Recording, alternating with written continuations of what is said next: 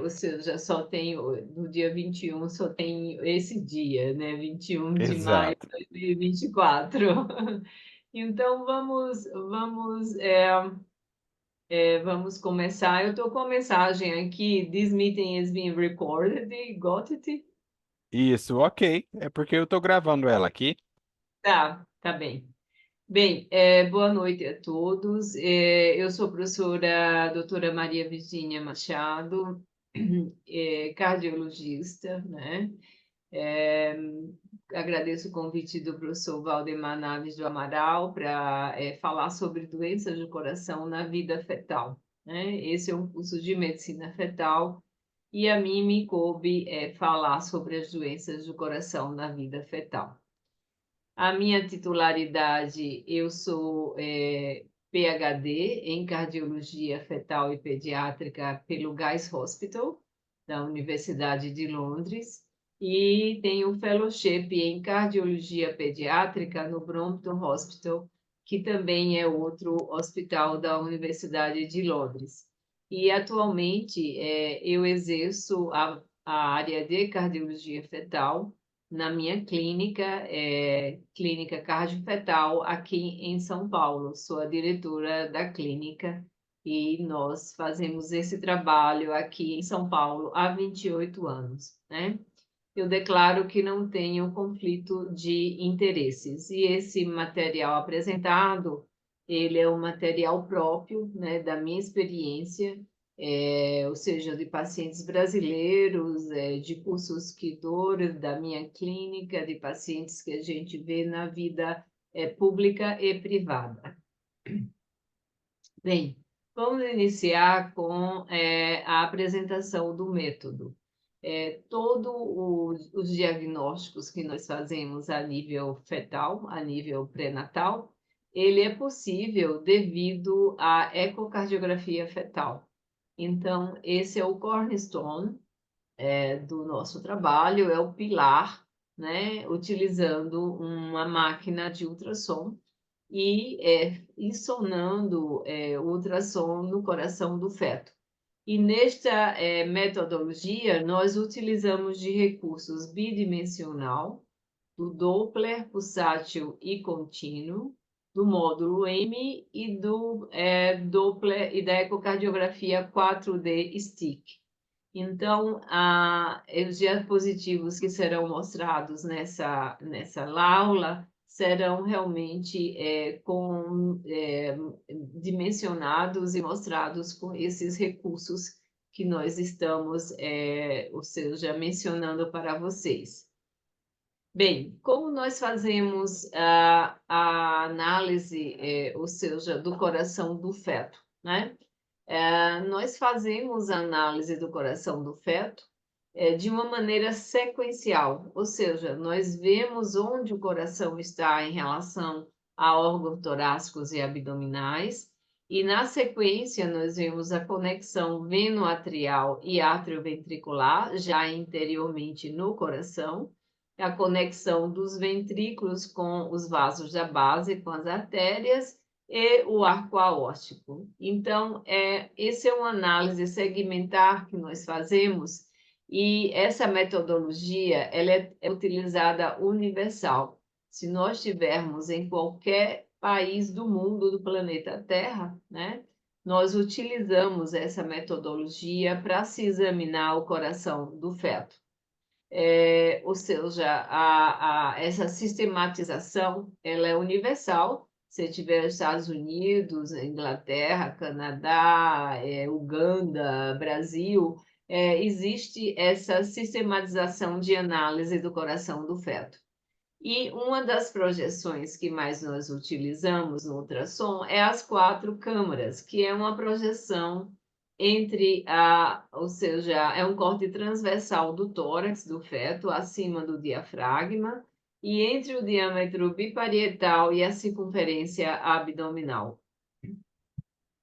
Então, essa é uma projeção de 4 câmaras, e nós vamos trabalhar posteriormente com algumas malformações que a maioria são devido a essas alterações nessa estrutura cardíaca.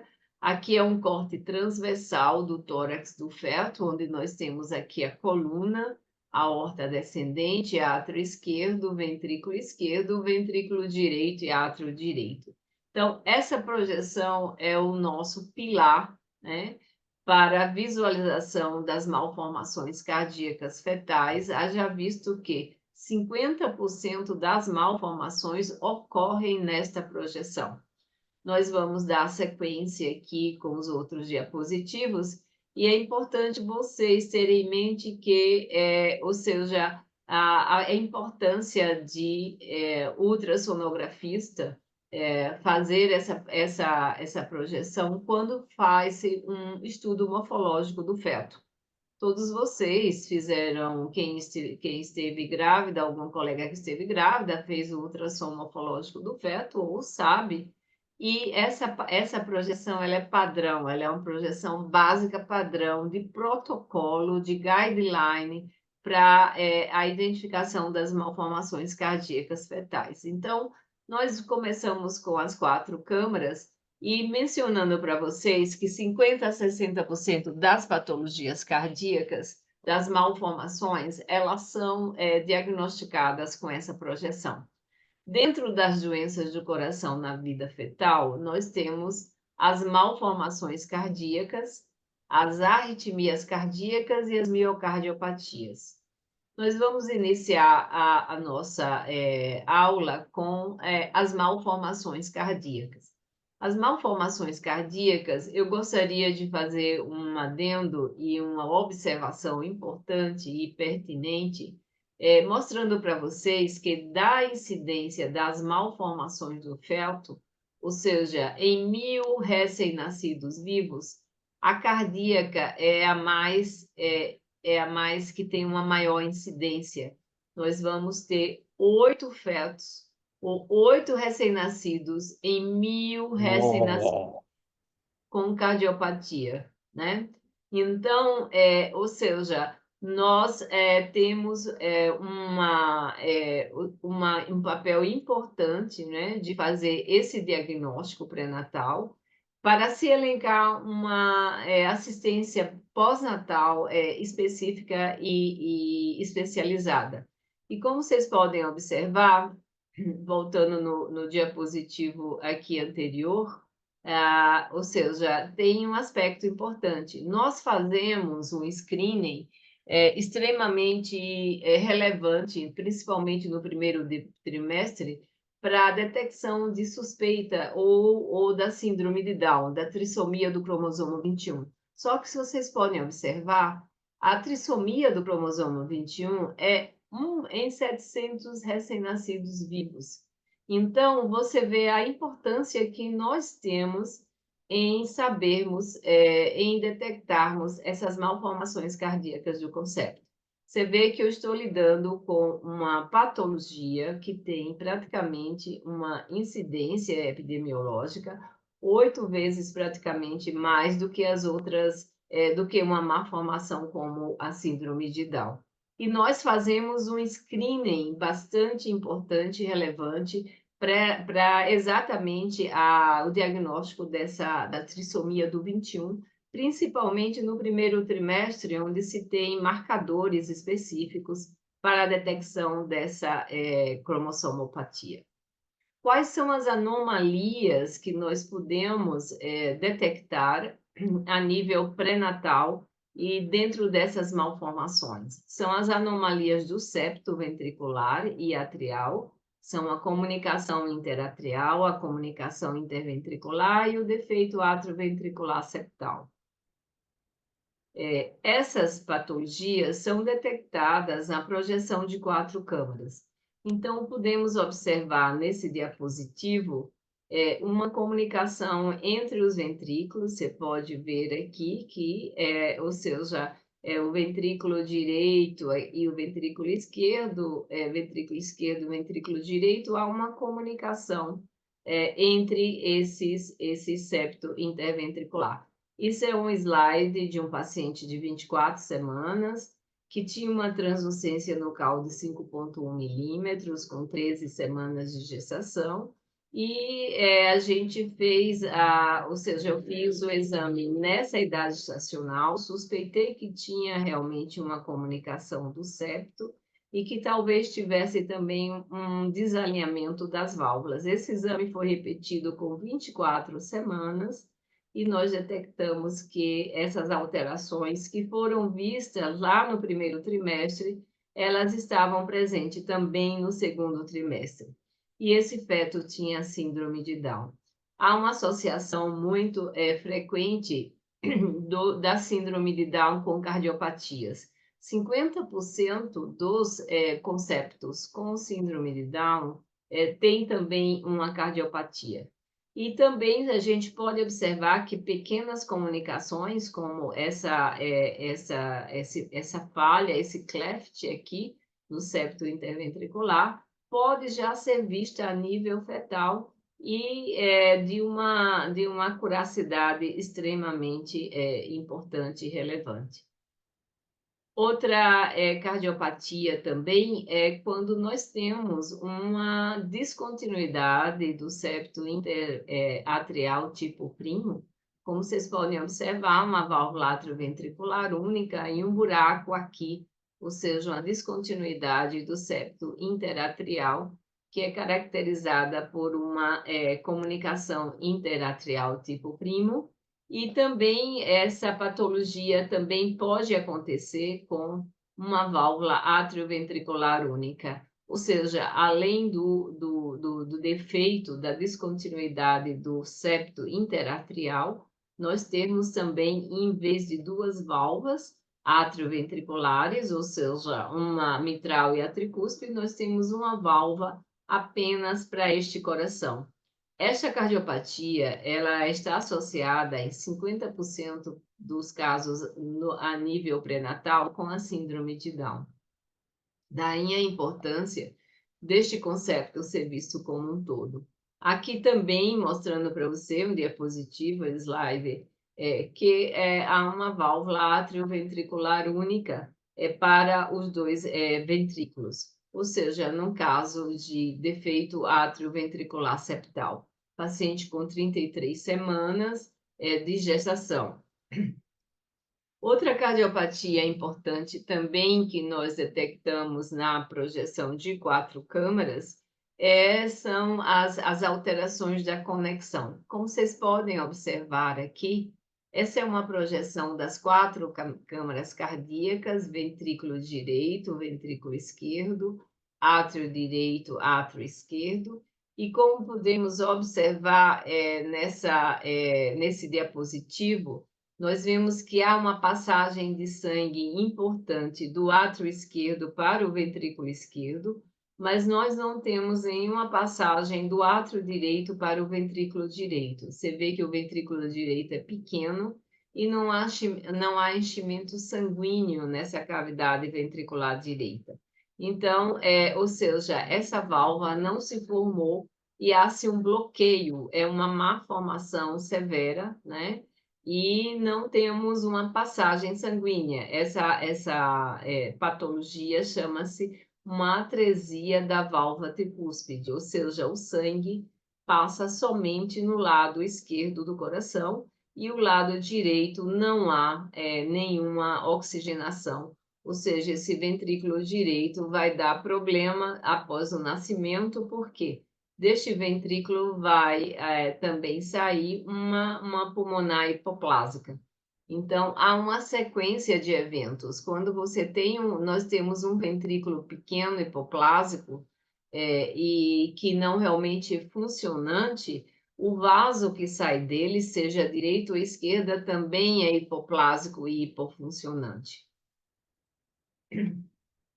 Bem, então, em relação ao rastreamento das cardiopatias, das malformações, a gente gostaria de mencionar que essas anomalias do septo interventricular e interatrial e da conexão átrio-ventricular, seja ela direita, do átrio com o ventrículo direito e esquerda, ou seja, do átrio esquerdo com o ventrículo esquerdo, é perfeitamente possível de se fazer a suspeita diagnóstica. Nós estamos em 2024, né? Onde existe uma tecnologia, existe profissionais que nem todos, ainda há uma falha de profissional capacitado na área para se fazer, haja visto que o tamanho do coração é 2 a 3 centímetros, nós temos uma restrição aos profissionais com capacitação, mas a tecnologia está aí e nós estamos disponível.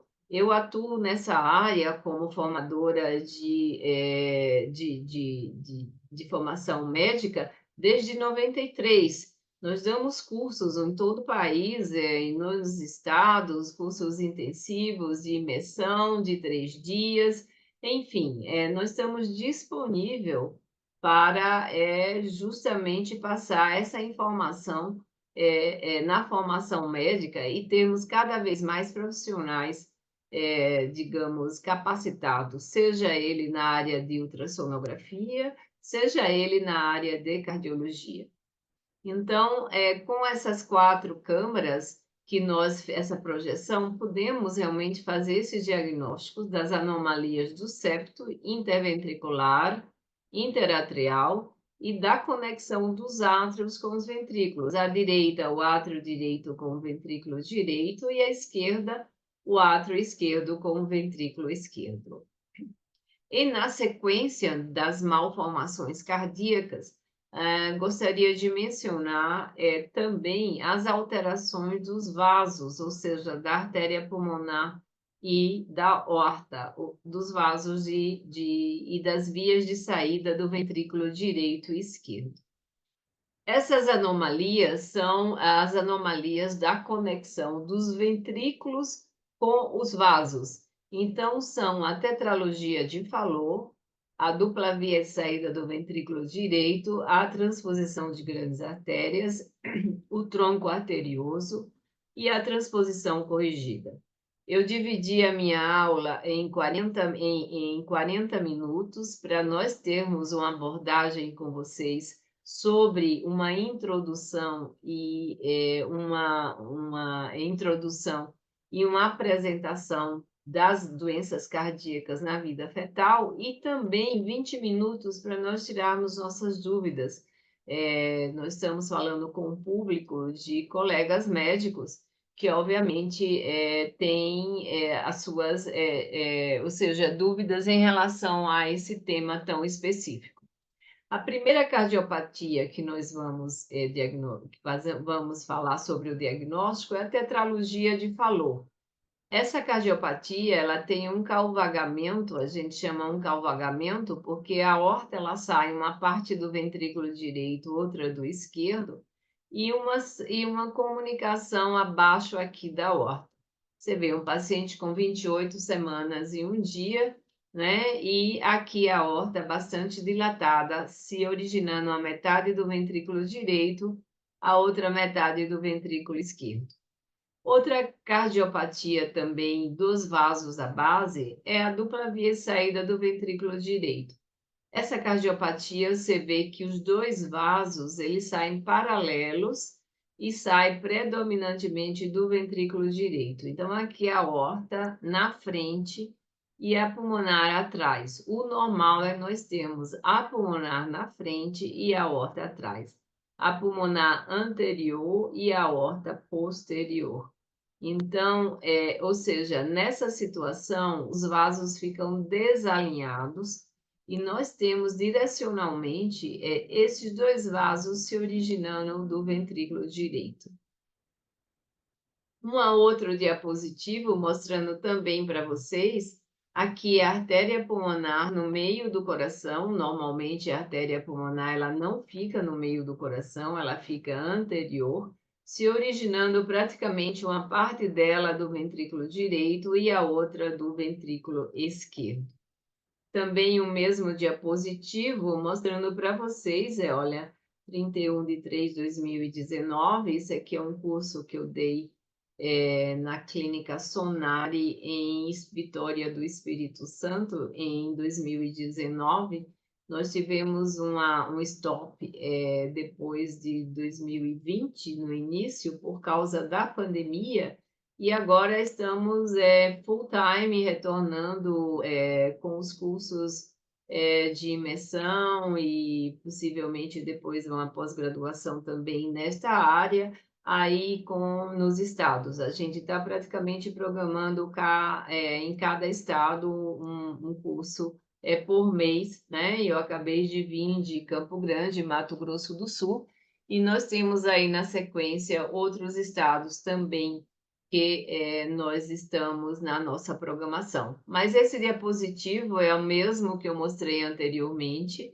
só que em outra projeção, mostrando aqui que do ventrículo direito se origina a aorta e a artéria pulmonar, ou seja, é uma dupla saída dos vasos num feto de terceiro trimestre, um feto de terceiro trimestre. Uma outra cardiopatia que vocês têm mais familiaridade ou que viram sempre falar é a transposição de grandes artérias. Nessa cardiopatia, o que nós temos desculpe. Nessa cardiopatia, o que nós temos? Nós temos a artéria pulmonar se originando do ventrículo esquerdo e a aorta vai se originar do ventrículo direito. Essa é uma cardiopatia que, se nós não fizermos um diagnóstico ou uma suspeita diagnóstica intraútero, essa criança, se ela nasce no hospital que não tem prostim, que não tem um diagnóstico, ela vai a óbito. Então, você vê a importância que nós estamos falando no assunto, porque é um assunto que salva vidas, né? Nem todos os locais, nós moramos num país continental, de dimensão continental, nem todos os estados e hospitais obstétricos e maternidades estão preparados para receber uma criança com transposição, né?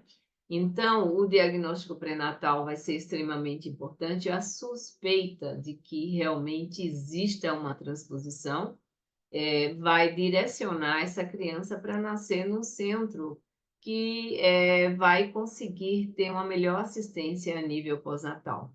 Então, esses pacientes precisam de prostaglandina, de um prostim, para deixar esse canal aberto, senão a criança vai a óbito nas primeiras horas, primeiros dias de vida. É o que o pediatra chama recém-nascido cor de berinjela, né?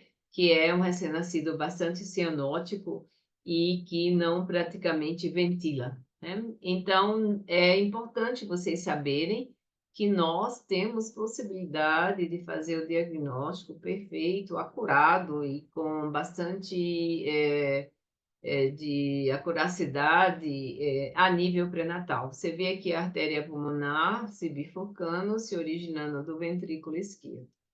Aqui mostrando para vocês uma projeção de 4 câmaras, de 4 cavidades, e como nós já falamos anteriormente, as 4 câmaras, ela vê átrios e ventrículos, ela não vê vasos. Por isso, essas patologias de vasos, nós temos que agregar projeções que também vejam os vasos, que não é mais a de 4 câmaras. Então, aqui nós estamos observando o ventrículo direito, a aorta, se originando do ventrículo direito. Aqui o tronco braquicefálico, carótida esquerda e subclave esquerda. Então, você vê que os vasos estão trocados. Você vê aqui anteriormente, olha, é o mesmo paciente. 29 semanas de gestação, paciente que eu fiz na minha clínica aqui em São Paulo, artéria pulmonar com a bifurcação se originando do ventrículo esquerdo. E aqui a aorta se originando do ventrículo direito. A aorta, o tronco braquicefálico, carótida esquerda, subclave esquerda. Então, é uma patologia que nós temos condição de fazer a suspeita, e essa suspeita é feita pelo ultrassonografista, porque é o profissional que está na frente da gestante, na frente do paciente, e que está conduzindo o caso, ou seja, juntamente com o obstetra, e que tem que ter um conhecimento básico, mínimo do coração, para se haver pelo menos uma suspeita. Porque se nós fazemos um exame de ultrassom morfológico e esse ultrassom vem como normal, não tem nenhum problema cardíaco, esse feto não tem nenhum sintoma intraútero. Não, isso é uma situação que a mãe não tem nenhum sintoma. O feto também normalmente não tem outras patologias e também não tem nenhum estigma, nenhum sinal maior, em relação ao ultrassom. É o coração, às vezes, isoladamente, que é mal formado.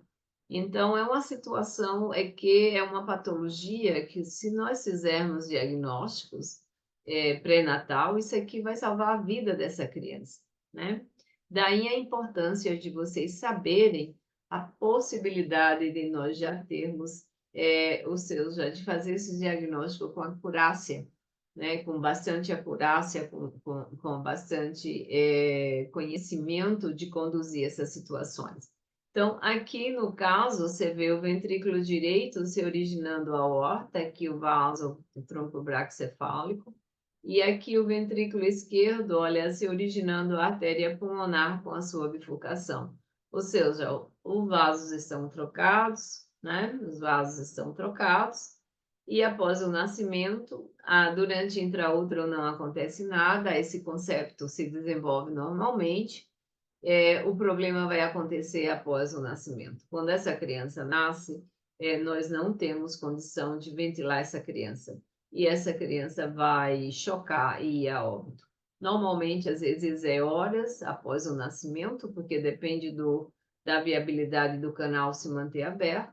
Às vezes, é horas ou dias aí após o nascimento. Vai depender, dessa evolução metabólica dessa criança. E o que nós podemos mencionar para vocês é que a detecção das cardiopatias intraútero, que são as malformações, né, dentro do contexto de doenças do coração a nível fetal, nós dividimos nas malformações, que praticamente é 50% a 60% do que nós vemos a nível fetal. Nós temos as arritmias cardíacas, que é em torno de 30%, que nós tratamos, e temos também as miocardiopatias, que são bem mais raras, em torno de 5%. Então, para a detecção dessas cardiopatias intraútero, o que é necessário? Primeiro, um conhecimento do profissional que faz ultrassom. É fundamental que o ultrassonografista tenha um conhecimento básico durante a execução do exame dele. Porque se ele não tem um conhecimento básico de fazer uma projeção de 4 câmaras, e também adicionar com os vasos da base, nós jamais vamos ter uma suspeita diagnóstica. Vocês podem observar aqui no trabalho, olha, que a maioria das cardiopatias, ou seja, visíveis, são detectadas em 4 câmaras. Então, o que a gente preconiza? Quais são os guidelines que nós passamos? É justamente o profissional que faz o ultrassom, ele executar pelo menos, ele tem a obrigação de executar durante o exame de ultrassom morfológico a projeção de 4 câmaras do coração do feto e também das vias de saída, ou seja, da visualização da artéria pulmonar e da aorta. Aqui mostrando para vocês a projeção de quatro câmaras, as 4 cavidades, átrio direito, ventrículo direito, átrio esquerdo, ventrículo esquerdo. Vocês podem observar que existe no meio um buraco no coração.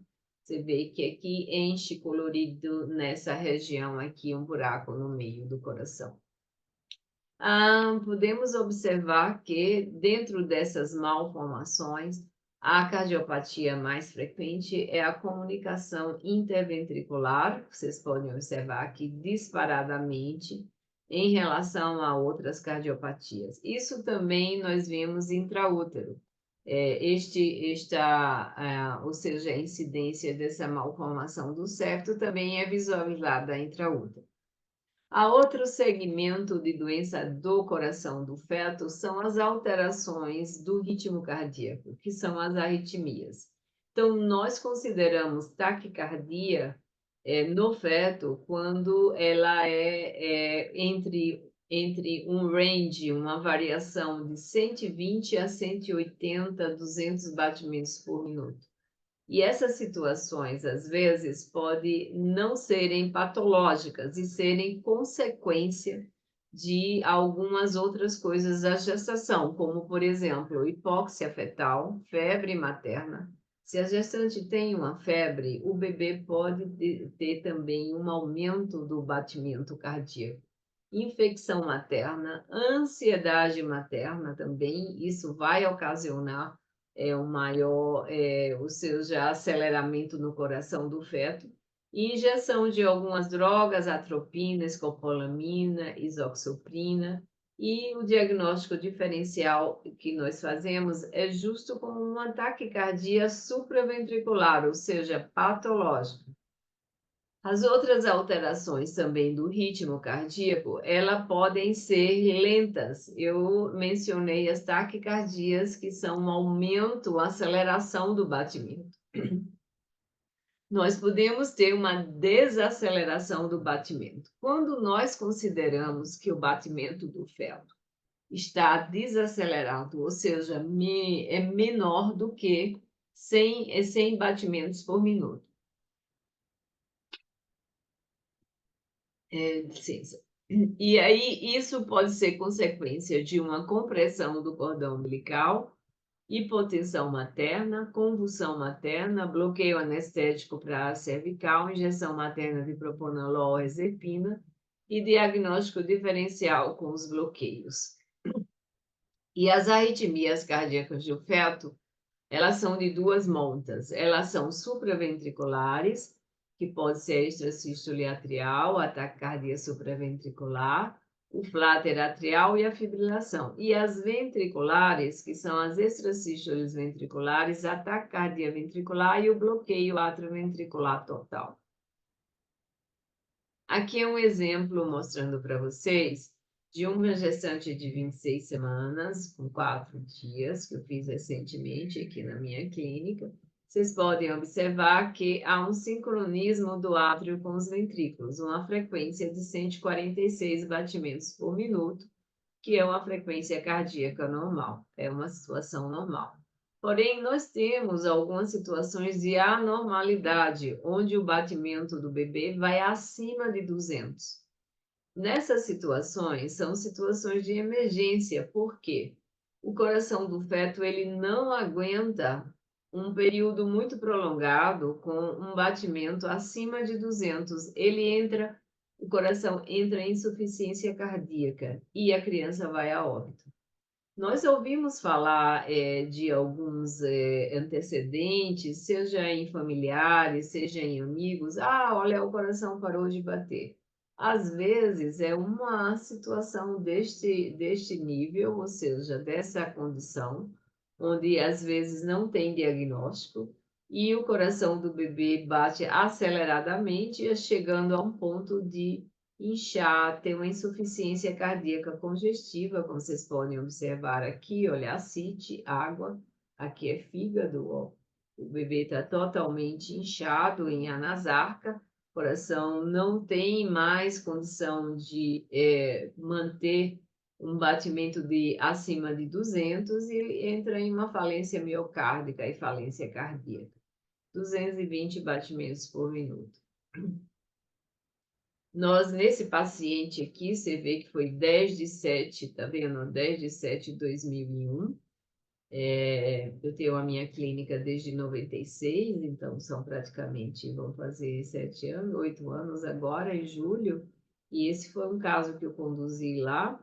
E como vocês podem observar, olha, a frequência cardíaca nós revertemos colocando a digoxina no cordão umbilical. Foi um trabalho que eu fiz juntamente com um colega da medicina fetal, e eu calculei o peso do feto, e calculamos o peso do feto e injetamos via cordão umbilical uma quantidade de digoxina para o coração do feto e reverteu, né?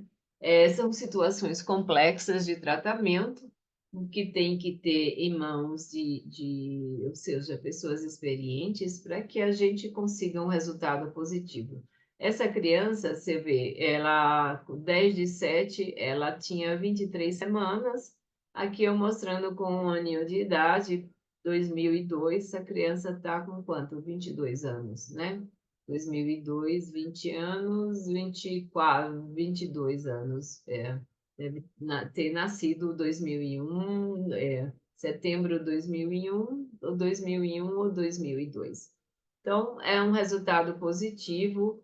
Outro também exemplo, olha, 31/10/2011, uma paciente foi me encaminhada de Brasília, com uma frequência de batimento 2.230, e vocês podem observar, olha aqui, já com uma CIT, uma insuficiência cardíaca importante, 25 semanas. Nessas situações, a criança não tem condição de sobreviver, é muito prematuro. Adicionalmente, nasce como se diz mais ou menos o pediatra, uma criança balão, porque é em anasarca, realmente o coração fale e se tem retenção hídrica em todo o corpo do feto. E essas situações são situações que a gente tem que ter bastante experiência para reverter, dando a medicação para a mãe e o feto absorver, ou às vezes injetar diretamente no cordão umbilical. Aqui esse paciente nós internamos, 18/11, aqui, olha, mostrando para vocês, já com uma frequência 128 batimentos por minuto.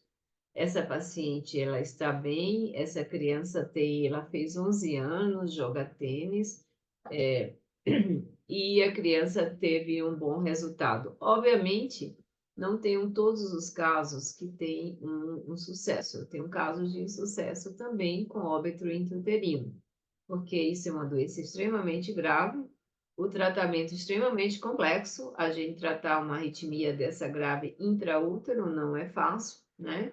Mas é importante ficar para vocês a observação que é possível tratar. E numa situação dessa, se procurar o profissional específico com capacitação, porque o tempo é importantíssimo. Se você demora no tratamento, no sucesso do tratamento, você vai perdendo chance de realmente reverter a arritmia e vai evoluindo para uma situação de maior complexidade. O tratamento das taquis-arritmias nós fazemos com a digoxina, quinidina, amiodarona sotalol, verapamil de altizem, propanolol, cetazol, sotalol e adenosina. E em relação às bradiarritmias é o contrário, em vez de ter uma aceleração, eu tenho uma desaceleração no coração do feto. Nós sabemos que batimentos abaixo de 100 é complicado para o feto. E essas situações ela podem ser isoladas, quando ela é isolada está associada a lúpus, a tiroidite Hashimoto ou qualquer outra doença autoimune. Raramente desenvolve hidroxia e tem um bom prognóstico. Quando ela é associada à cardiopatia congênita, à malformação, usualmente tem um mau prognóstico, desenvolve hidroxia e o prognóstico é bastante reservado. Aqui é um exemplo de um bloqueio, ou seja, o batimento do feto vai para 50 batimentos, 60, e você sabe que se baixa muito, o feto não tem condição de sobreviver, né? E nós não temos um tratamento intraútero para essas situações. A gente tem que torcer que pelo menos o batimento do feto fica ao redor entre de 50 e 60. Aí a gente ainda consegue ter débito cardíaco. Se o batimento vai abaixo de 50, a criança começa realmente a entrar em insuficiência cardíaca e a gente não implanta marca-passo ainda intraútero nesse feto. Então, ou seja, essas situações são também de desaceleração de alta complexidade. Vocês podem observar aqui um bloqueio AV total a 54 de batimentos e a frequência do átrio 144. Então, também outra situação de extrema gravidade para o paciente. E o tratamento materno-fetal é o uso de corticoide simpático mimético, implante de marca-passo a nível pós-natal. Já se foi tentado algumas vezes fazer um implante de marca-passo pré-natal, mas nenhum deles funcionaram, porque o feto tem movimento, aquilo é uma cordinha que tenta colocar um eletrodo a nível do tórax do feto, e isso desimpacta facilmente. Nós não temos ainda nenhum resultado positivo. E eu gostaria de, eu acho que eu estou on time, você vê exatamente 40 minutos. Big Ben bateu aqui hoje agora. 8h10, nós vamos finalizar nossa aula com Take Home Messages, algumas mensagens para vocês levarem para casa, que é o primeiro rastreamento das cardiopatias congênitas, é parte da unidade de ultrassonografia, de cada unidade de ultrassonografia, as 4 câmaras e via de saída do ventrículo direito no ultrassom obstétrico é preconizada e os guidelines, tanto da Sociedade Europeia de Ultrassonografia, como IA1, a Sociedade Americana de Ultrassonografia, são preconizados e a gente sabe que ou seja, um rastreamento eficaz é feito com essas projeções e o segmento também do paciente é importante. Quando nós temos uma cardiopatia, uma suspeita, nós seguimos esse paciente no 2º e 3º trimestre também. Porque às vezes a cardiopatia modifica, dificulta, piora, e nós temos que ter uma situação real do concepto. E também a ecocardiografia módulo M Doppler faz o diagnóstico das arritmias cardíacas e também das malformações cardíacas fetais. A extrassistolia atrial é a arritmia cardíaca mais frequente intraútero e a digoxina isolada e associações mostrou-se efetiva no controle da maioria das taquicardias supraventriculares e flutter em fetos não hidrópicos. Então, eu gostaria de agradecer a vocês, eu deixo os meus contatos, né? O meu contato é aqui, a minha clínica em São Paulo, é o cardiofetal@cardiofetal.com.br. Se tiverem alguma dúvida, estou à disposição, podem nos comunicar-nos via e-mail. E o telefone aqui da minha clínica é o 011 3289 4728, que também é o zap da clínica. E o outro é o 3288 9584. Então, nós estamos à disposição para perguntas, para dirimir esclarecer algumas dúvidas de vocês e também ficar à disposição de todos aqueles que tiverem interesse nesse assunto tão específico e fascinante. Muito obrigada.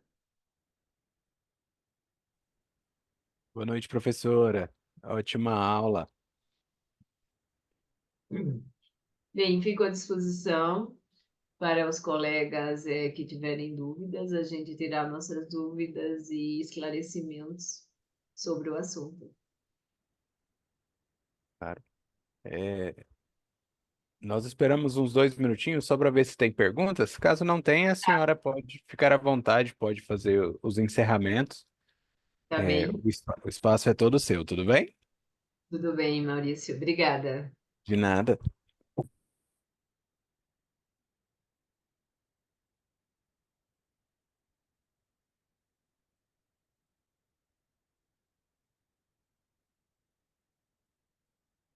Temos algumas perguntas aqui. Uma delas é o seguinte: qual é o melhor período de realizar o eco fetal? Então, vamos lá. 28 a 32 semanas, veja, como vocês podem observar, eu sou uma das pessoas que atua aí há mais tempo na área de cardiologia fetal e ecocardiografia. E aí nós damos muitas aulas em congresso de obstetrícia, dizendo o seguinte: isso em 1993, dizendo que a melhor idade estacional para a gente ver o coração seria 28 semanas. Isso há 30 anos atrás. Por quê? Porque as máquinas que nós tínhamos naquela época não eram de boa qualidade, e também o coração ele estava não muito pequeno e muito grande. Hoje, eu posso falar para vocês que o melhor período de realizar ecofetal é quando a gente realiza morfológico, ou seja, 22, 24 semanas a gente já está realizando o morfológico, né? Então, assim, é possível. Eu tenho um trabalho que eu faço na universidade que é de primeiro trimestre. Então, a gente começa a fazer com 13, 14 semanas, mas não é realmente o indicado a fazer. Isso é uma coisa específica para situações específicas, por exemplo, como se tem alguma cardiopatia, alguma transciência local aumentada, alguma suspeita de cardiopatia nessa idade gestacional, nós realmente fazemos. Então, a idade gestacional seria 24 semanas, 24 a 28 semanas está de bom, tá de uma boa idade gestacional. Professor Valdemar. Boa tarde, boa noite, professora Virgínia. Prazer vê-la e ouvi-la. Né? Prazer todo meu, Valdemar. Desculpe a minha entrada final aí, porque no começo da entrada minha internet caiu, não consegui fazê-lo. Mas eu queria te agradecer pela participação, pela sua expertise na cardiologia fetal, conhecimento vasto que tem há muitas décadas. Agradecer pela amizade, pela consideração. Esse é uma programação do Programa de Residência de Pós-Graduação em Ciências da Saúde, da Faculdade de Medicina da UFG, junto com o Estudo da Ação Médica de Goiás. E a professora Maria Virgínia, ela é médica e dedica-se ao coração fetal há muitas décadas. Das pessoas que mais praticam isso, que eu conheço, é que faz melhor, tanto do ponto de vista técnico, prático, quanto do ponto de vista acadêmico. Ter aqui conosco é uma grande honra, trazendo, portanto, o conhecimento aberto a todos os membros que aqui pretendem seu mestrado, seu doutorado, seu pós-doutorado, que faz parte da pós-graduação em Ciência da Saúde. Vou deixar em aberto esse segundo vídeo de uma pergunta para a professora Maria Virgínia, pode fazê-lo direto ou vou levantar a mão, ou escrever diretamente aí no texto para a gente poder passar para a professora Virgínia.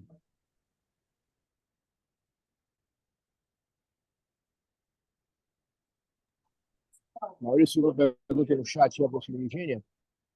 Ela respondeu a pergunta que fizeram para ela mais cedo. Foi a única pergunta que nós tivemos por aqui. Ok. Virgínia, então, fica aqui os nossos agradecimentos pessoais, institucionais, né, pela sua participação conosco, que teve um momento importante de educação médica continuada dos médicos goianos, brasileiros, e até pessoas da Guatemala, Costa Rica, que estão acompanhando esses nossos cursos aqui permanentes. Né? Se tiver mais alguma pergunta, à disposição, eu passo a palavra para o professor Virgínia para fazer o encerramento. Bem, eu agradeço a oportunidade e, assim, nós temos, ou seja, não é apenas o interesse, eu acho que as pessoas que trabalham intensivamente, que têm um conhecimento técnico, elas têm uma obrigação de passar para os colegas, na formação dos colegas médicos jovens, todo esse conhecimento, porque o que nós temos mais importante na nossa carreira é nossa formação técnica, né? A nossa formação técnica, o nosso profissionalismo, a nossa competência e a nossa dedicação. Essa é a nossa profissão, essa é a nossa missão.